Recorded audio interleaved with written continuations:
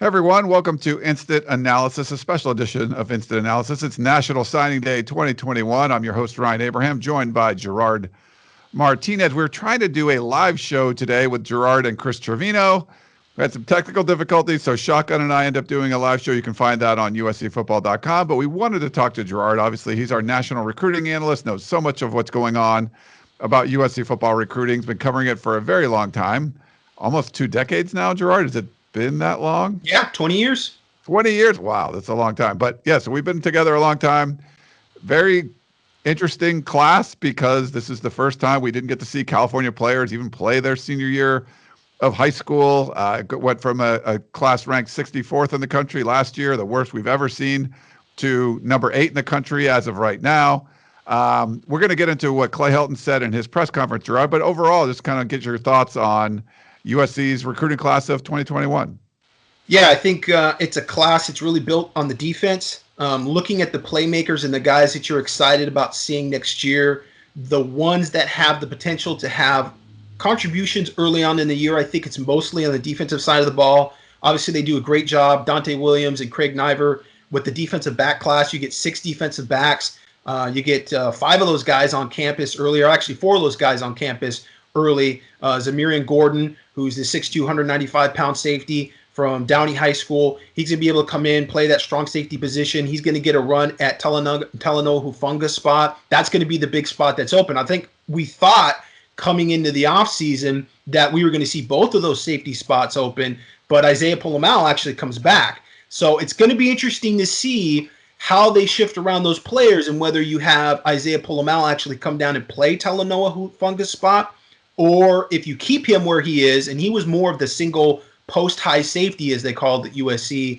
and you just have somebody try to come in and replace Talanoa Hufunga, who hasn't played that position, either from the freshman class or somebody that shifts from the safeties that they have on campus right now. So, you've got Gordon there. You've got Kalen Bullock, who I think is a little more of a free safety. He's going to come in. He was rated as a 4-star athlete out of Pasadena Muir High School. Jalen Smith didn't make it on campus early, interestingly enough. He was scheduled to be a part of the mid-year graduate class, but he didn't. So he's going to come in June. And that's kind of like this sleeper pick a little bit for that nickel safety spot that I really like. I think he's a really good player. And the one guy that they are going to get on campus, another sort of strong safety type, is going to be Anthony Beavers, about 6'1", 6'2", 210 pounds. And he's a guy that could develop into that spot, could be sort of a hybrid linebacker, maybe a Sam in that tight front that Coach Orlando runs. So that's an interesting, player that didn't play a whole lot because he was at Narbonne, and obviously Narbonne had those issues with CIF. And then you don't have a season coming into 2020. So some of these guys haven't played football a whole lot. And that's going to be another aspect of this. But I think defensive side of the ball, and obviously they cap it off with Raesjon Davis, the 6'1", 210-pound linebacker from Mater Dei 4-star. That was sort of the cherry, the icing on the cake after getting Sierra Wright and Corey Foreman January 2nd. Just after New Year's. And obviously, I think those guys are guys that you think are going to be able to come in and potentially, compete for early playing time. So, yeah, the defense is really where the excitement is. Maybe on the offensive side of the ball, the one guy that I really like and I'm really interested to see is going to be Michael Trigg, the 6'4", 240, 235-pound receiver from Tampa Bay, a guy that, we think about sort of in the Mike Williams sort of mold of a guy that a lot of people looked at and said, okay, this guy's going to be a tight end, but everything that he's played in high school has basically been receiver. He's never really put his hand on the ground. He's always been split wide, and I think that's going to be really interesting to see how he transitions, whether USC uses him like a Drake London or they actually try to use him inside a little bit. I guess it's going to depend on, what he looks like when he gets to campus. Is he really 6'4"? Is he more like 6'2"? All this kind of stuff, we didn't really get to see a lot of these kids at camps and during, the circuit and the offseason. So there's a little bit more unknowns about some of these players. Certainly is. And we want to get into what Clay Helton said in his press conference earlier today. His opening remarks were pretty short. Usually you get like kind of a breakdown of all the different players. And I think we got that for the class of 2020 that wasn't ranked very high. Didn't really get that. But the focus, as you can expect, you mentioned the January 2nd date with the All-American Bowl signing, the signing, whatever it's the announcement day. It wasn't any kind of game anymore, but there was an announcements, and USC did get, Sayre Wright, and who didn't sign, he did sign today on signing day. But also Corey Foreman, who had signed earlier, and Clay Helton kind of got into that a little bit, how you had to keep that quiet, and he signed early, but then wanted to announce on January 2nd. So you kind of talked about that being a big day, and then getting Raesjon Davis today, sort of finishing strong, really trying to keep things tight on the West Coast, and he didn't say take back the West at all, but that was definitely a focus. But then also, Chuck can ask about that later. We'll get into that. But also diving into the transfer portal. So it was he sort of focused on just the later developments, Gerard, and then transfer portal stuff. Yeah, so you're coming away from the early signing period, and the early signing period was huge because that nowadays is really the first wave and the majority of your class anymore. So you sort of get by that, and that is the construct base core of what your class is going to look like. And for USC, they already had Corey Foreman signed. So that was technically part of the class, just not publicly part of the class. But Corey Foreman, we talked about this on the podcast and other places. When you start to talk about take back the West, you have to start somewhere. And I think the consensus is that USC has yet to take back the West. They're still progressing towards that. But the first step you had to do was get the number one player in California signed. You had to do that because they lost the number one player in California 2 years running. So this would have been a third year in a row they potentially could have lost that player. Previously, Oregon signed those two players, Justin Flo and Kayvon Thibodeau. So this was a big deal for USC to be able to get the number one player in California and get him at a position where, it's interesting because you have Drake Jackson there who played with Corey Foreman at Corona Centennial. So you're moving Drake Jackson into this sort of hybrid player, which is what Corey Foreman is. And you wondered, okay, how is USC going to recruit that? Because you've got Drake Jackson standing there. I mean, he's playing that stand-up outside linebacker, Jack, B-backer position in the tight front. So you would think that they want to book in those guys and play them together, both off the edge, which is going to be interesting to see if that's how it works out. But the development of Drake Jackson was also a huge part of Corey Foreman feeling comfortable with USC. And that even goes forward to Raesjon Davis as well, kind of jumping ahead to today. But Raesjon Davis was a guy that, throughout the process, we kind of knew he was probably going to decommit from LSU. Just like we had a good feeling that Corey Foreman was going to end up decommitting from Clemson. It didn't mean for sure at that point in time, yes, for sure they're going to USC. But you knew that probably just wasn't going to play out. And especially with the pandemic and all the social unrest, a lot of stuff going on that, I think those things impacted USC recruiting indirectly and then obviously directly because of the season itself. I think anybody would admit on the USC football staff, if they did not have a season this year, Corey Foreman for sure probably doesn't end up at USC. He needed to see Drake Jackson in action. He needed to see the defensive scheme in action. And I think the same holds true, maybe not to the same extent, but I think to a large extent with Raesjon Davis. So you're able to get Corey Foreman done, and you're able to get Sayre Wright, and that was really the cap to, we talked a little bit about it, kind of an extraordinary defensive back class. I mean, you get Dante Williams from Oregon, obviously a tremendous recruiter. We kind of talked about this playing dividends and he really being the biggest recruit of 2020 for USC, truly. And so he's able to bring together a fantastic defensive back class. Prophet Brown's also thrown in there as a cornerback, another big-time 5'10", 180-pound cornerback that is a guy that's just electric and a guy that could have some impact in the kick return game. So that was sort of, the class as a whole. And then you're basically trying to top it off with, Sayre Wright. And then you come in today, you got Raesjon Davis. They also are going after Austin Ook, the 6'4", 275-pound offensive tackle from Dallas. I missed out on him. He's going to Stanford. The offensive line class is, again, underwhelming. That's probably, one of the biggest criticisms you could have of this class. It's a full class, 25 guys, but the offensive line class has yet, in the last 3 cycles, to sign a franchise left tackle. And that's why when we go into the season, if they don't get a transfer, we're going to be talking a lot about who is going to protect Keaton Slovis's blind side. Yeah. He's got a great receiving core, The offense as a whole looks pretty good, but it's a matter of what is the offensive line going to do. That could be the difference between being a double-digit win team next year for USC and an 8-win team. Yeah. And, keeping your quarterback on his feet and keeping him healthy, which has not always been great because the last, 2 years, Keaton Slovis has been helped off the field in his last football game. Yeah. So that's not a good thing. So we start to look at that transfer portal, and we look at the 4 players that they get. Xavion Alford was a big pickup for them because we talked about Talanoa Hufanga, and we talked about the freshman that they're bringing in. He's a guy that's kind of a potential instant impact player. He was one of the top safeties in that class, that 2019 class, and is a guy that's a ball hawk. He offers a lot of skill and potential in the secondary for USC. You get Ishmael Sopsher from Alabama, 6'4", 330 pound, 320 pound, depending on sort of, what he had for lunch. He's a guy that can come in and can replace potentially Marlon Tui Polotu. That's a big deal. Now you got Brandon Peely there as well, but Brandon Peely's kind of shown flashes in and out.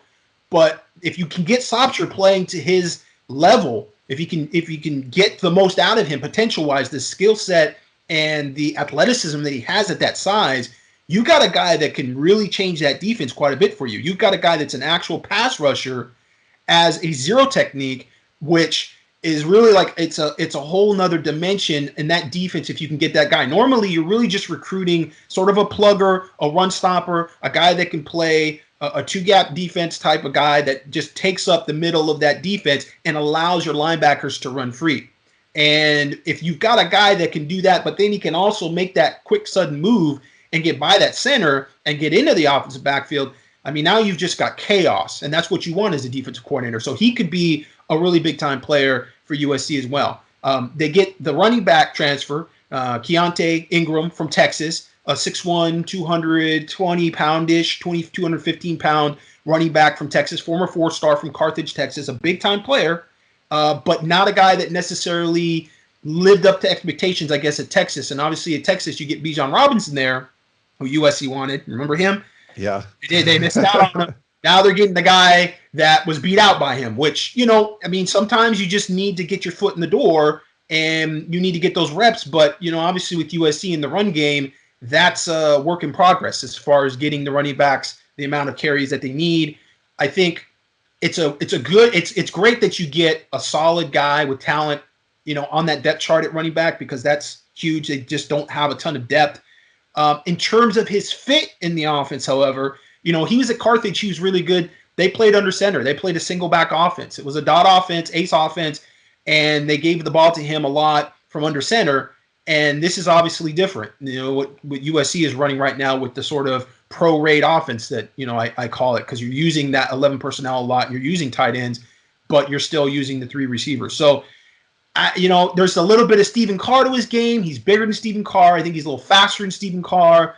But, is he replacing Marquise Stepp, who they lost? No, because he's not that kind of running back. So that's going to be interesting to see. It's a good get, talented player, but it's not necessarily a replacement for the guy that they had that seemed like the only guy that can really get consistent yards on 3rd and short.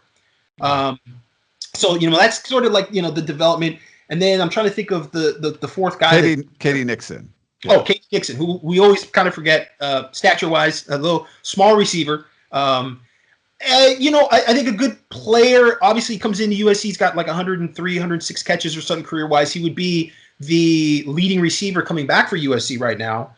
But not quite as elusive, I guess, as you would hope, seeing, his speed and his size. You're hoping for a guy that would have this short area quickness and be very elusive. He's really more of a quick guy that catches the ball and darts away. And if there's contact, then he's going to go down pretty quickly. He's going to be competing for that 4th receiver spot because I think when you got Gary Bryant, you got Brew McCoy, and you've got Drake London, that 3 is solid. That's as solid as it gets. So yeah. Katie Nixon, I think, is going to be fighting for that 4th spot for, whoever else. If it's the freshmen that are in there, guys like Joseph Manjack or Kyrie Hudson-Ware, Michael Jackson, who's going to be a mid-year graduate. They're going to have 10 guys on campus right now already from that 2021 class, which is really big. And Michael Jackson being one of those guys. So you're going to have to get some of those guys acclimated, hopefully in spring ball. We're not 100% sure how that's going to go down yet. but that could obviously be a big deal. And that fourth receiver spot is really where Nixon is going to try to make his mark. I don't necessarily see him in there. I don't see him beating out Gary Bryant, and I don't see him beating out McCoy, and I don't see him beating out Drake Jackson.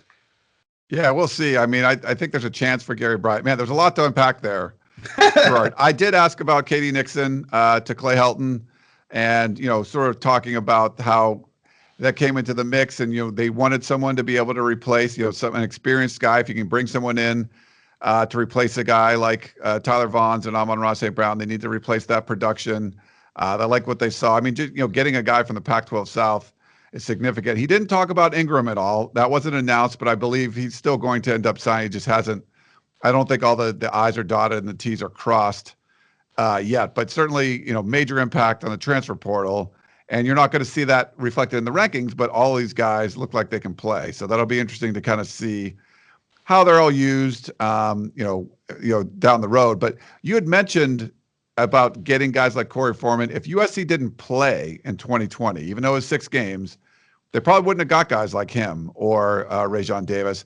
Clay Helton was asked about the turnaround the recruiting class. It was interesting. He started things off, Gerard, about, 2020, it's a big man's class. It's not going to be as sexy. He's kind of used that same mantra over and over. I kind of want to just see that dropped. It's like, okay, look, just admit this was a terrible class. It wasn't just because, you could have signed more than 12 guys, and you didn't sign good offensive linemen, at least highly ranked offensive linemen. You missed out on a lot of guys. It wasn't like you targeted all those guys and that's who you got. We keep hearing that over and over again. But he also talked about, so he's sort of like saying, well, it wasn't, a terrible class last time, which it was. We all admit it was.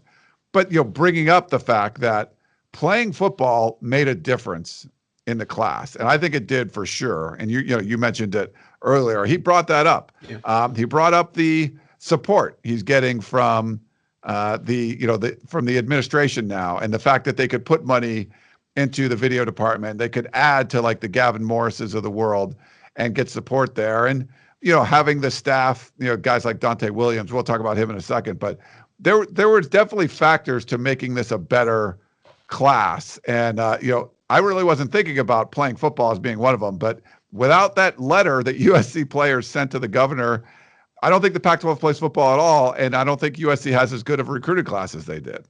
No, and defensively, that's where I think the majority of impact players, at least initially, look like they're going to be from. And it was a new defense. So you could come in as Todd Orlando and you could say whatever you want about we're going to be aggressive, we're going to do this, we're going to do that. But at the end of the day, Corey Foreman wanted to see it. He wanted to see how Drake Jackson was going to be used at that B-backer hybrid position. He wanted to see the player development, because player development has been a bit lacking at USC when it comes to the draft picks, because it's all about coming in as a 5-star, being on that 3-year plan, and going to the NFL draft. And so that was very significant to him to be able to see the scheme, see how the various different players within the scheme were used, because he's very familiar, Corey Foreman and Raesjon Davis, both very familiar with USC's personnel. Okay, these guys have played with a number of those players, whether it be in high school, 7-on, Pop Warner. They all know each other from various different places. I mean, Jalen Smith, I was talking to him the other day, and he was talking about how he knows Corey Foreman from hoops. They played youth hoops together. This talk about getting around. These good players, they always seem to gravitate into the same leagues and the same places. And so they all know each other from a long time ago. And they know exactly when a guy is playing to his potential, or they think, man, you know what? He used to be a good player. Now he's gone to this school and he's not playing to his potential. I don't want to go there and drain my talent and not necessarily be able to come out the back end and fulfill my dream of being an NFL draft pick. So being able to see the defense play well, and it was, certainly a development and a transition for those players on the roster. We saw early in the year, Marlon Tuipulotu, he got drafted basically in the first 2 games of the season. Right after that, kind of quiet. But that was interesting because that's sort of that's the evolution of the defense right there in front of your eyes. The tight front defense, from what I know from it traditionally, it's a defense that wants to allow those inside linebackers to blitz constantly. It's not even a blitz. It's basically part of the defense. And those guys are running wild, and you want your defensive tackle to really just take on a lot of blocks. And so as we go through that season, it's like Marlon's making a lot of plays. The defense is sort of hit and miss. You saw Orlando make some adjustments in second halves. I think that was a big thing that we didn't see a whole lot the last couple years with Clancy Pendergast. In that second half, you started to see them make adjustments. They started dialing in the pass rush. They had more sacks in the second halves of games, which is important. And you started to see the linebackers really play a lot better. Now, you could also argue, around that Utah game, Palier Yoteote gets hurt, and maybe that fit him personnel-wise. And that's not according to USC, because Todd Orlando and Clay Helton talked a lot about how they thought Palier was going to have a really big year, but it just didn't look like he was playing in a defense that fit him on the field. He looked a step slow and behind a lot of those plays in terms of the angles he was taking. Now, to be fair, kind of looked that way a little bit with Clancy Pendergast's defense too. But when you saw him go out and you saw them using more Kanai Munga, and you had, Raylan Goforth, who I think played a really, really good season. A guy that, I got a little bit of talked up a little bit out of fall camp. You even had Raymond Scott get in there. And you saw those players begin to be the guys that were at the top of the stats list getting most of the tackles. It was Talanoa Hufanga, and all of a sudden it went from like Marlon Tuipulotu to the inside linebackers. And that, I think, is really sort of what the defense wants. That's where they want to funnel their playmakers. And so that's interesting to see. And if you're a Corey Foreman or you're a Raesjon Davis, and Raesjon Davis is very important because he's a guy that's an edge rusher for modern day. He's a 7.5 sacks, 16.5 tackles for losses. He's a guy that can make a difference in the offensive backfield. He can make plays. He's got the closing speed. He's got the agility that he can make plays in the offensive backfield, but he's playing off the edge. 6'1", 210, maybe 215 pounds. Is really not big enough to play in a 3-4 hybrid defense these days. You don't want him playing against a 6'6", 320-pound tackle, with this 8-foot, 9-foot, freaking wingspan that just is going to grab you and hold on to you. So you want to bring him off the line of scrimmage. And talking to Greg Biggins the other day, we were talking about the future impact of Raesjon Davis, and we always do those future impact pieces. And, Greg's like, just kind of move a guy like that around. Maybe he could be like a Talanoa Hufanga type of player. Maybe he's a guy that you put inside and you blitz him hard. And because I think with the pass rushing ability that he has, the blitzing is actually going to be something that's going to be really good for him. I think he fits as an inside linebacker as well as you can, having played outside as an edge rusher in high school, if that makes sense. He's used to going upfield. He's used to pass rushing techniques. He's used to getting skinny and getting small and bending. And you still got to do all those things. Just because you're playing inside linebacker doesn't mean you're going to blitz through the A gap every down. You may be going at the C gap. They may, push you and shift you and do all kinds of different things. And so Greg was thinking, this guy's good enough in space. He's good enough in coverage that you could kind of have him as a rover and play him anywhere. And I think the best thing about Todd Orlando's defense, what we saw last year, it was really that Washington State game where you saw them play five safeties on the field. So you had Talanoa Hufanga playing linebacker. You had 5 safeties on the field at the same time to start the game.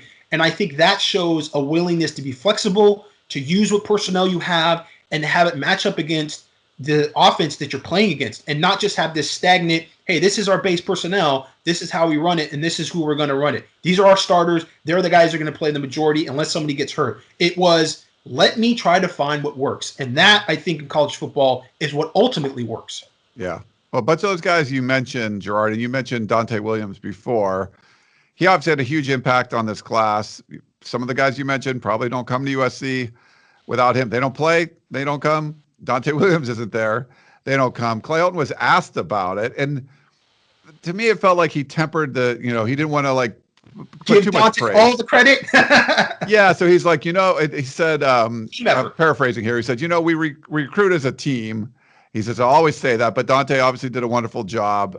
He can elevate the entire staff, and Dante was one of the guys that elevated people that were around him. He's a great relationship builder, and he has strong West Coast ties. Wasn't always just involved with the corners, but several recruits on both sides of the ball with his relationships, and how he conducts business is extremely impressive. So definitely giving Dante some praise, but wanted to start out by hey, we're a team recruiter. But to me, and I talked to Shotgun about this a little bit, you didn't have a T. Martin on staff. You didn't have the ace, and you didn't have that for a couple of years. and we saw the 2 worst recruiting classes we've ever seen. Now you got an ace on the staff again, and instantly you're back in the top 10. Is it that simple that you just need you need a couple great recruiters? They got more of them now, and Dante Williams is leading the way. Yeah. I think that shows you that when you have a guy that is an elite recruiter, and we're not just talking about Dante being a very good recruiter, he's an elite recruiter. So he does raise the bar, just like T. Martin raised the bar. A lot of people around him saw how T did things and how he approached things, and that rubs off. But, and it's true, there is very much a team effort. And this goes even to the support staff. We're talking about Gavin Morris, the director of player development. You're talking about Spencer Harris, the director of player personnel. You're talking about Armand Hawkins Jr., who's the high school relations director. These are guys that are assisting a lot on some of these kids. Armand Hawkins Jr. was assisting a lot on a lot of the guys that Dante Williams was recruiting. And so it is a team effort, make no doubt about it. But it needs to be a team effort within, even the coaching staff and the position coaches. And the good coaches understand they have to protect their position. You have to pound the table and try to recruit as many guys as you can and get as many good players as you can. And the elite recruiters do that by stacking those players. And they don't stop and say, well, what's our need? They go, I'm going to grab as many good players as I possibly can, and I'm going to stack the deck so I know I've got all those good players. So what does Dante Williams do? He goes out and he says, hey, you know what? Sarah Wright, awesome. We got our 2 corners that we really want. We're going to lose Elijah Griffin. We're going to have those guys compete at that spot. I'm, really happy. We've got, those 3, maybe 4 safeties in the class. We really like that. But Damani Jackson, number 1 player in California, number 1 corner in the nation. Let's get him too. Just a few weeks later. But you know what? Before that, let's get Fabian Ross, a 6 foot, 200-pound cornerback, 4-star from Bishop Gorman High School. He's already got 2 of the top cornerbacks in the 2022 class committed already. You've got the number 1 player in California. Took all the way till December, January to get that done in the 2021 class. Well, Dante's been here for a while. He's not going to wait around for January or December to get the number 1 player in California. He's like, let's get this done now. So let's get Damani Jackson already committed. And that's just that really exemplifies what being elite recruiter is. It's those guys just stack it. And you see them, in Alabama, Ohio State, they've got a lot of guys there that are really good recruiters, and they've got some elite guys, and they're stacking their whole class. So, yes, it's a team effort, but you have to have those elite guys that go out there and just pound the pavement, and they recruit, and they're relentless. And you got to have multiple guys. And I think USC, they're not there yet. They've definitely improved. The defensive side of the ball has improved by leaps and bounds, and that's really a reflection in the rating of the class. You're talking about the number 8 rated class nationally right now, as opposed to 60, or at one point it was like 71, 77 last year. That's because you've got guys that they care about it, and they're doing it every day. And, and the thing is, it's a team effort, but and nobody wants to say, yeah, Dante is the best guy and he really killed it, and everybody else is kind of look up to Dante. But in reality, behind closed doors, that's what it does. Dante is setting a bar, he's setting an example, and everybody in the staff has to meet that example. Yeah. Clay Elton was also asked about bringing in any more players. Is there room? You mentioned it's a full class. He gave a lot of credit to Spencer Harris, who runs the personnel department, how they were able to kind of structure things, but there is room. They only signed 12 guys last year. A lot of open spots for early enrollees that you could bring in, so they could, go into the transfer portal and pick out some more guys. We looked at, they're probably going to try to get a left tackle. I think they've tried already, not successful yet. But Gerard, he also mentioned 14 of the players that are coming in, and I think that includes some of the transfers, will be able to be eligible in the spring. So that's a significant number. Yeah. Getting that early kind of playing time. They're scheduled to start in early April for spring football, but have 14 of these guys in there and being able to play, and the rest will come in the fall. I think that's a pretty big deal. And using up, it gives them more spots too, as long as they can stay under the 85. They have more spots they could bring in, a lot more spots if they wanted to. I don't think they will, but there are definitely some spots open if they want to bring in more players. Yeah, I don't think it's a lot. I think they probably messing around with maybe 3 spots. You're talking about a total, if you're including the transfers, if you sign 3 more, I think it's like 29 altogether. So maybe 3, maybe they could get to 30. But I think they wanted to wait, and they did want to have some room there for transfers. And I think we've talked about this in the podcast before. That might be a strategy going forward for every school. The portal is definitely a great spot to go in and grab a guy. And if you can get a waiver and have him play immediately, and this year everybody's going to be able to play immediately, so that makes it that much more important. But the feeling is that maybe that becomes the norm, where there's not a lot of having to sit out, and the NCAA sort of allows guys to come and go a little more freely. And if that's the case, then you really have to allow yourself some room on your roster in that 85 or the 25, and how you divvy up the early ones that you can count towards the previous class. And that's why, with mid-years, it's so important to have room for those players that are on your roster that have not graduated or what have you, because that can sort of prevent you from being able to bring a bunch of those early enrollees in, because they're technically going to be on scholarship. So USC does have those 14. That's counting the 4 transfers that they get. And then they've got Jackson Dart has made some moves there during the season and scrambled his senior year to be able to take enough classes so he could get out as a mid-year enrollee. So that's big. Miller Moss, going to be a mid-year enrollee. You're going to have Brandon Campbell, the running back from Katy, Texas, who's going to be a mid-year enrollee. So that's going to be big, getting him 15 practices. It's just really the big thing is getting those guys some practices when they do have that spring ball in April. We'll see how that goes. They didn't get any of the offensive linemen as mid-years. So that's a little bit of a downer. You would like to get your offensive linemen in there, specifically because the guys from California, and all 3 that they signed, Maximus Gibbs, Max Murphy, and who I'm blanking on the third one. Who was the third that they signed? Ty Buchanan. Yeah. So those 3 guys are not going to be early enrollees, and they're all from California, so they have not played football in a whole year. And you're talking about a position where there's a lot of contact. So not to play pad football for a whole year is really tough. And so you would like to get those guys on campus for spring and get them those 15 practices and pads.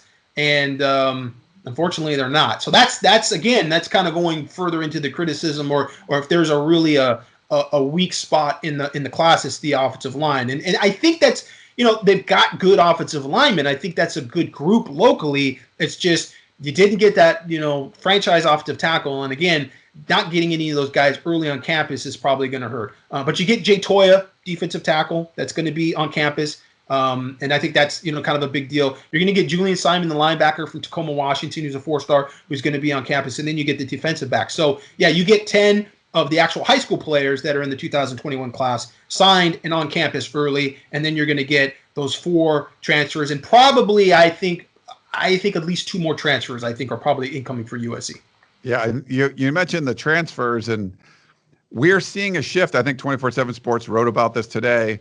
As far as, do you want to take a flyer on a 3-star kid that you would have to develop over the next couple of years, or just sign somebody out of the transfer portal that's not happy where he is? So it's definitely shifted. Well, there's that argument with, why isn't USC recruiting more junior college players?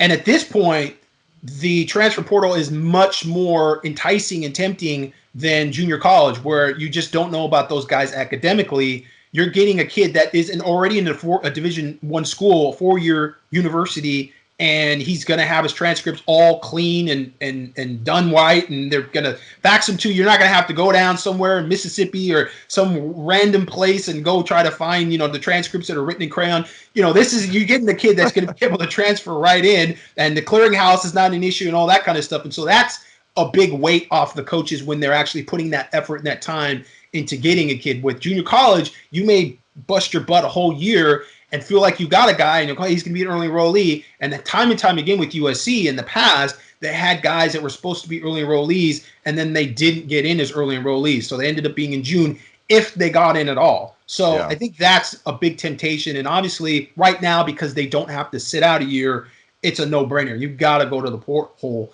and you got to find those players that you can plug and play right away. And then California JCs didn't even play this year, so it's makes it even tougher on the JCs. I talked about that with Coach Harvey Hyde a little bit. He's a product of community college, junior college, and he's a big advocate for it. But it's definitely shifting away, especially with the transfer portal.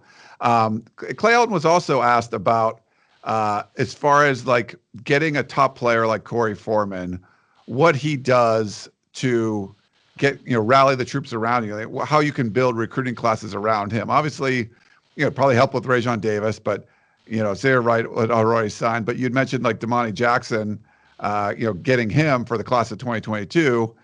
Having guys like Jackson and Foreman already in there, they can start to work. They're not quarterbacks, but they can still start to work on a lot of these kids from 2022 to make that class even better.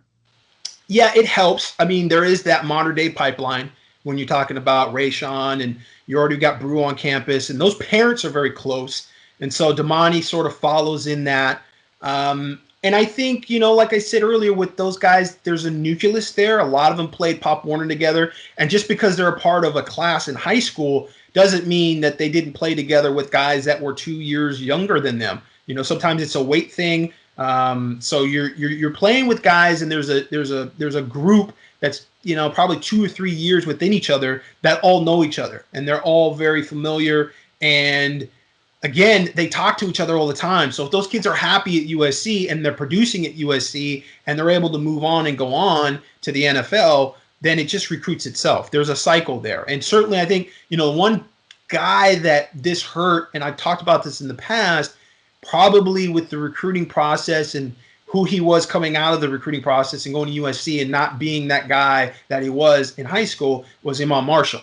Imam Marshall was looked at as a generational talent, a guy that everybody knew in high school. Everybody knew before he even got to high school. Biggie Marshall. He had a nickname before he even really got to high school.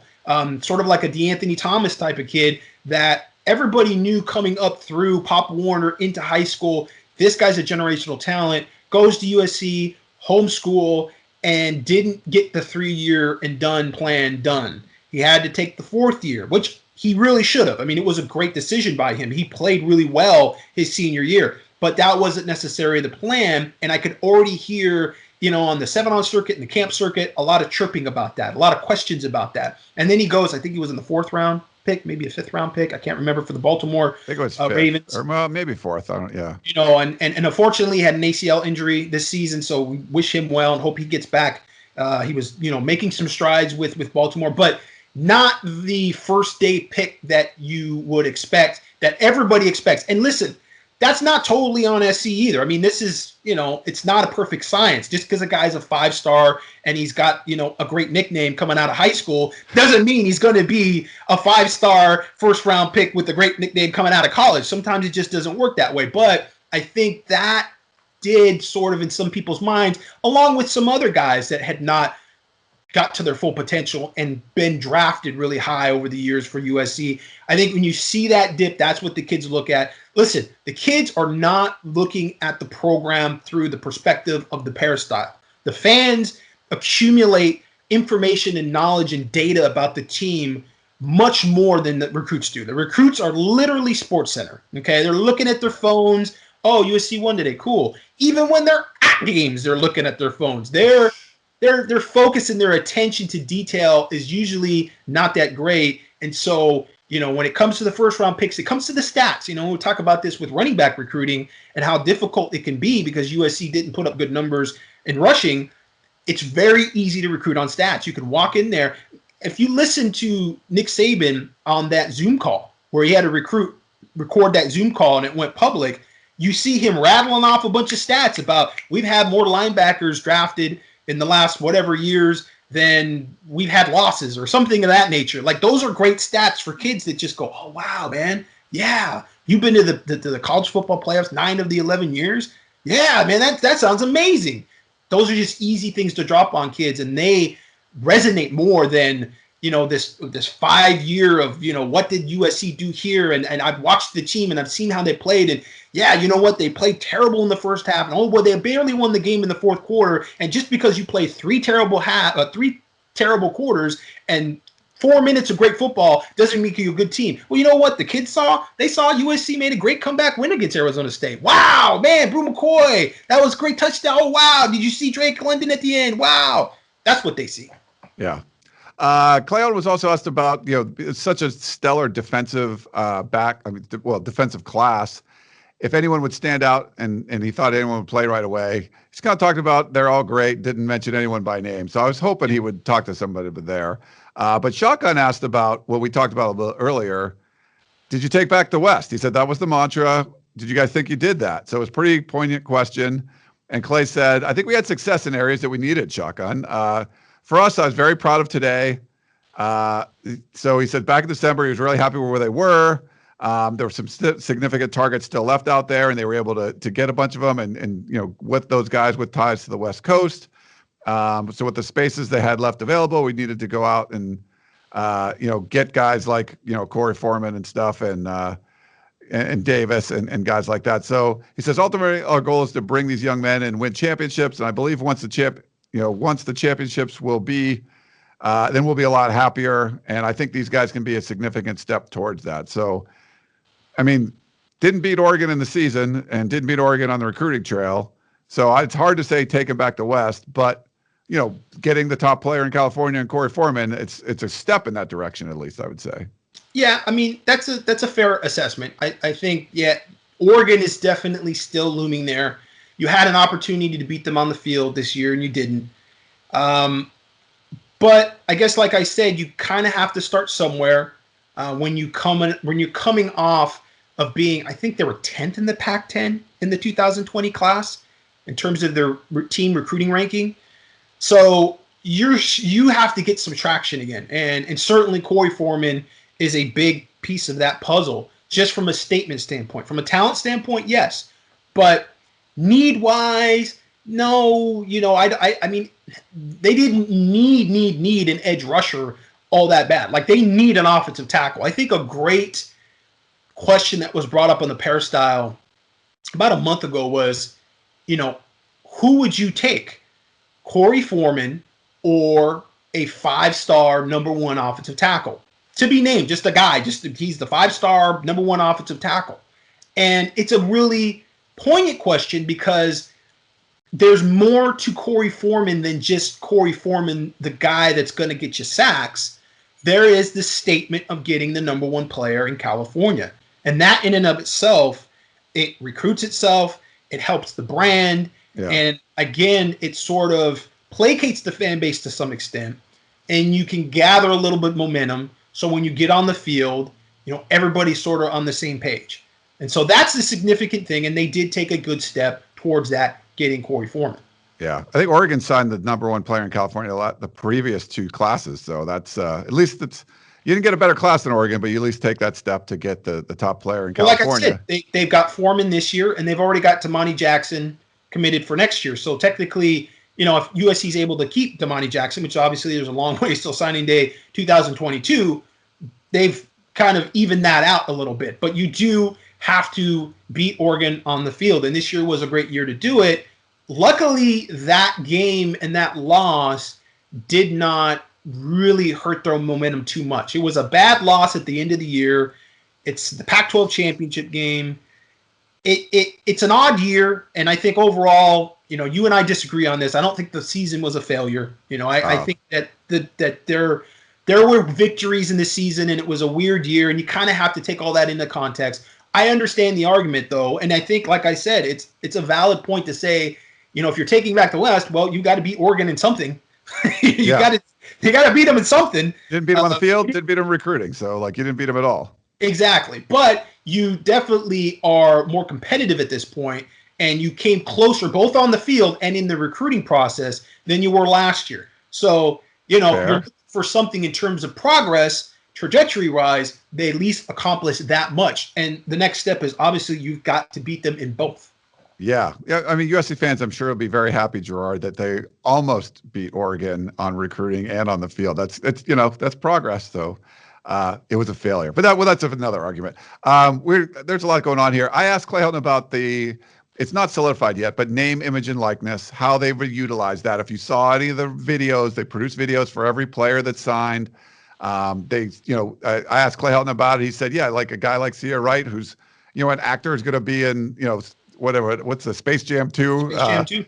I mean, so having guys like that, where do you want to be rather than Hollywood? And he talked about it's not just a 3 or 4 year decision. It could be a 40 or 50 year decision if you end up going to USC, setting yourself up for the future. So, and what I like the most, Gerard, he's talked about we were proactive with this because we don't know all the details of what you can do, but they're being very proactive about it. If you recall, when the early signing period started, they weren't very proactive. They sort of got hit the blind side, wow, why is everyone signing now? They didn't. This was something where it fits well because it's Los Angeles and you can use it, but they were much more proactive with this than the early signing period was. Yeah, much more proactive. And I think a lot of the things that have gone on in the background with video production and graphics and understanding branding, there's a lot of things that have gone on and there have been movement that will continue to pay off in the future for USC. Again, because they've been proactive. And the fans sort of poke fun here and there, and they're like, yeah, I wish our video production team go out there and make tackles, et cetera, et cetera. And I understand that at face value, but you have to have infrastructure. And more, infrastructure is facilities. Talk about facilities and football facilities. And the Pac-12 is very behind on that, and USC is behind on that. But they've tried to be somewhat competitive with McKay Center and Galen, et cetera. But personnel infrastructure is also very huge. And in recruiting, that's been the arm race for a long time. And there's various different facets to it. There are the guys that you want to hire to get in front of kids. Brian Carrington is a director of football recruiting at the University of Texas, came in last weekend and basically had an official visit with USC. So USC's offered him a job. We don't know exactly what the job would be. Probably some type of analyst or quality control in the background. But this is a guy that was sort of the point man for Bijan Robinson when he was at Texas. Okay, this is the infrastructure that you talk about. This is the facet where this is a guy that you get in front of people and he can recruit, he can relate, he can reference, okay, he can sell. Then you get the guys in the background who organize, the strategic standpoint. They're not necessarily the guys who are going to stand there in front of a 5-star linebacker and say, hey, this is why you should go to USC. Hey, let me get to know your family, and they make that sort of personal bond with them. But these are the guys that get the logistics done, and they get people in the right area, and they make sure that the time that is being used by the coaching staff is being used efficiently. And then you have the aspect of video and photos, which is the branding aspect on social media, which gets to the kids. They're all over Instagram. Instagram is sort of supplanting Twitter a bit in terms of where the recruits are the most. So you have to get graphics. You have to get, they say a picture is worth 1,000 words, right? So how many is video worth? When you can get those things in front of kids, and already talked about the sports center mentality that these recruits have, you don't have time to sit there and give them this long lecture about, well, this is the University of Southern California, and here we have the Marshall School of Business, and here we have this. No, don't waste kids' time. You get them on campus, get the recruiters in front of them, get those guys that can sell, that can create a relationship where they relate from, I was there. Gavin Morris is a great recruiter for USC because he's been there and he's done that. He's been a part of the 7-on circuit. He's been a part of other places where he was with the Braves. He's been at very many different levels, and he can relate to families and he can relate to the recruits, and they feel comfortable around him. And that is a big sell. The comfort level of recruits when they get to a campus is a huge factor in the recruiting process. So you want to get, tour guides are great and everything, but you want to get the guys in front of them that can actually recruit. And that's one facet. And like I said, video and the strategic aspect of it, they're all different facets. Recruiting to me is always a 3-dimensional thing. There's the sales aspect of it, which is the guys like Dante Williams who do a great job. There's the strategic aspect of it. And then there's the evaluation aspect of it. Evaluation, when you're actually talking about recruiting somebody, is obviously going out and getting the players that fit your system, that you feel comfortable with, that can perform at a certain level. But you have to have everything. If you don't have everything, then you're going to see dips and dives in certain aspects of your roster. Yeah. Clay Helton was also asked about the seniors because everyone's eligible to come back for their senior year again. Matt Fink, baby. Matt Fink, president. Matt Fink. Yeah. So it was kind of weird. I'm not sure if Clay quite understood the question. You start talking about the 7 guys that are leaving for the NFL. And then, they was asked again, like, hey, so he said they're all back, obviously.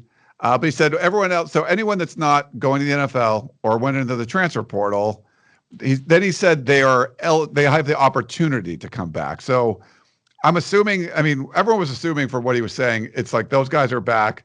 We might get an announcement from someone. I don't know, does Vavae Malepeai transfer or but guys like Stephen Carr, Jordan Iosefa, Matt Fink, you mentioned, Vavae Malepeai. According to Helton, it sounds like they're all coming back.